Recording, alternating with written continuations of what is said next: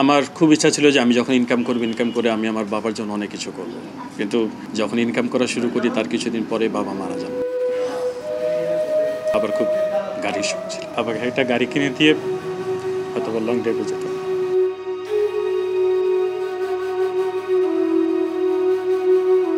এমন একটা প্রসঙ্গ টানছেন ভাই, বাবার ব্যাপারে আমি খুব সেন্সিটিভ অলওয়েজ। যে ব্যাপারগুলো তারা স্যাক্রিফাইস করেছে পূরণ করার চেষ্টা করতে।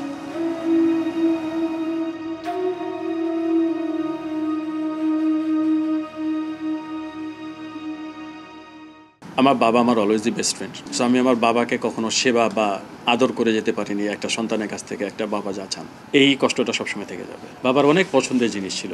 বাবা পিজা খেতে খুব পছন্দ করতো, বাবাকে নিয়ে পিজা খেতাম, ঘুরতে যেতাম। বাবার খুব ঘোরার শখ ছিল, কিন্তু আমাদেরকে বড় করতে গিয়ে বাবা মা অনেক কিছু স্যাক্রিফাইস করেছে।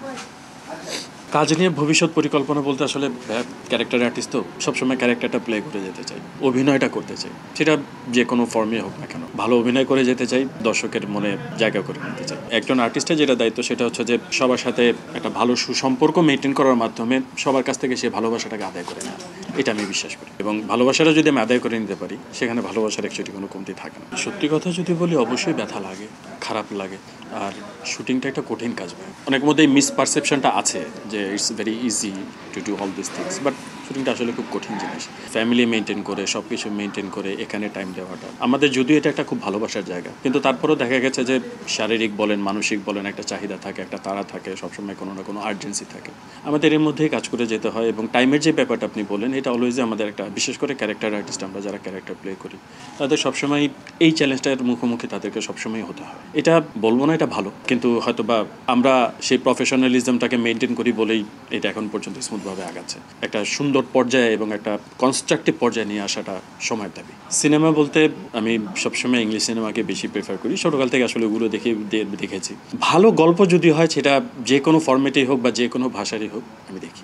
আমরা শুটিং করি বা আমরা একটা ক্যারেক্টার প্লে করি, আমাদের ক্যারেক্টারগুলোর মধ্যে যদি ডাইমেনশনটা থাকে, সেটা আমাদের জন্য খুব ভালো লাগে। আমরা একটা ক্যারেক্টার যদি প্লে করার জন্য আমার ক্যারেক্টারে যদি আলাদা একটা লেয়ার থাকে, সেই জিনিসটা তখন কাজ করতে খুব ভালো লাগে। যে হ্যাঁ, আমার এই ক্যারেক্টারটা একটা ভারী ক্যারেক্টার, যে ক্যারেক্টার আমাকে প্লে করতে হবে, চ্যালেঞ্জের মুখোমুখি হতে ভালো লাগে। এছাড়া রেগুলার কাজ যখন করে যাই সেটা তো আছে, বাট চ্যালেঞ্জিং কাজগুলোকে সবসময় এনজয় করি। সিনেমাকে সবসময় প্রেফার করি, অভিনয়টাকে তো প্রেফার করি, বাট যদি মাধ্যমের কথা বলি, সিনেমাটা সবসময় খুব ভালো লাগে। কিছু সিনেমা কাজ হয়েছে, একটা সিনেমাতে অলরেডি চুক্তিবদ্ধ হয়েছি, কাজ করছি, সামনে আরও 2-3টার কথা হচ্ছে।